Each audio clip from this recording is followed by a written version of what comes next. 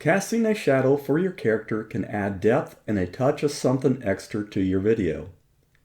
This tutorial will provide tips on how to make casting shadows look as real as possible. Keep watching and I'll show you how. This is Randy with more Create Studio Pro tips. The current version of Create Studio Pro lacks a significant feature that was available in the older Create Studio software, and that feature is skew. An object that is skewed is slanted, but the contact point on the ground of the original and the skewed object are in the same position, which is what happens in the real world when a shadow is cast. Okay, let's peek inside Create Studio, the product prior to Create Studio Pro, to demonstrate what skewing looks like. Here are two tracks of Willy with the same action. I select the bottom track and start playing with the skew properties.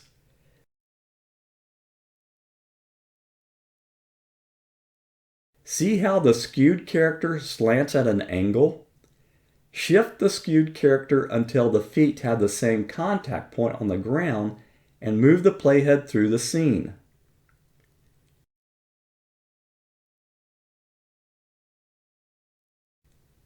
Now, if the skewed character was completely gray, we would have created a realistic shadow. Hey, if Create Studio Pro releases a version that has skewing available, then stop watching this tutorial. It is no longer relevant. You will want to cast shadows with that skew feature. But until then, this tutorial will share how to mimic the skew effect. Maybe we should all write our elected officials demanding Create Studio Pro add skewing. Okay, I'm kidding, but I did submit a feature request to support. All right, I will stop my whining and get on with how to cast the most realistic shadow in Create Studio Pro. I chose this beach scene because it has shadows cast by the trees in the picture. Let's study these shadows. Notice that they are short for even tall trees, which indicates the sun is overhead around noontime. Therefore, our character's shadow should be short. Also, it appears that it should be slanted slightly to the left. Keep those things in mind when you cast your shadow. Let's add the Willy character and size him to fit in with the background. I'm going to give Willy the stretches action because that action will have his feet close together, and then later on they'll be far apart. Click on the Willy track and then duplicate. You can do this by clicking on the duplicate icon above the timeline or using the shortcut Command D.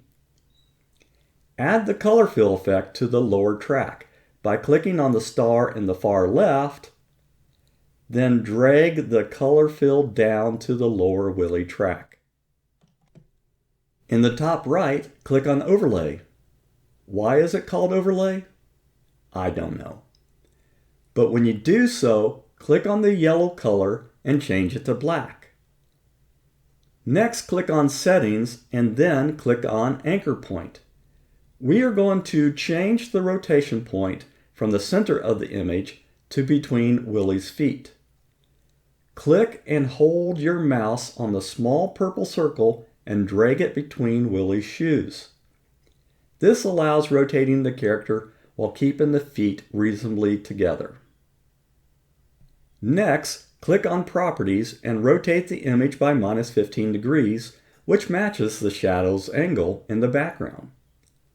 Now we can see the shadow, but currently it does not match the background because it is too long. So grab the top center handle and drag it to shorten the shadow. After the length of the shadow is set, you may need to adjust the width by moving the side handles.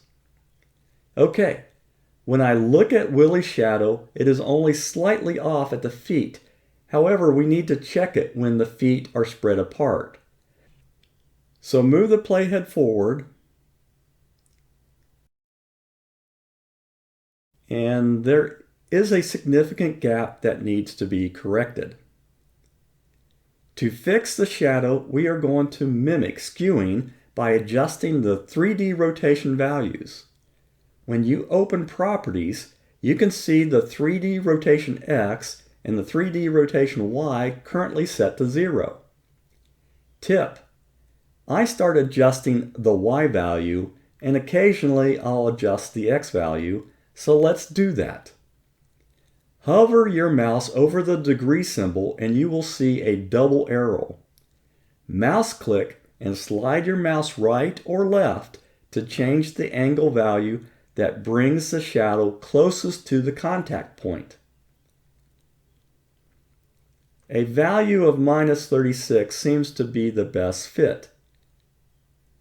From there, it is a matter of playing around with the 3D rotation values, the width and height of the shadow, and the shadow position to get the best match.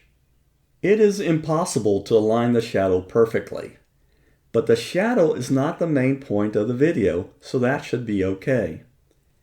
When you find the best fit, move the playhead through the character's movements to see if other tweaks are needed.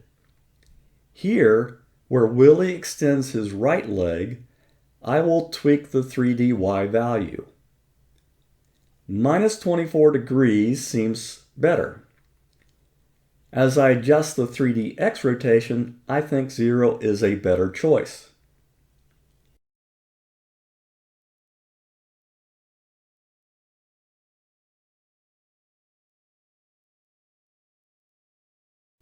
Now when I move the playhead, the shadow is pretty close.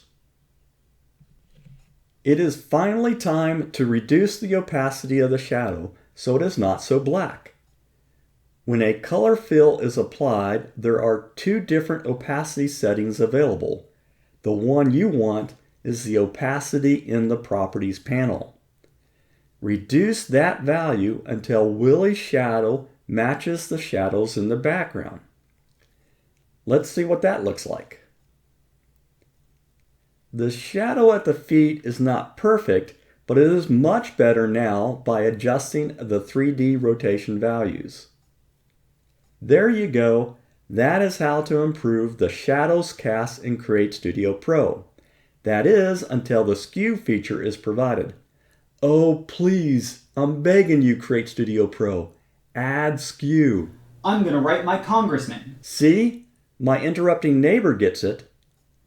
Hey everybody, have a good day and happy creating.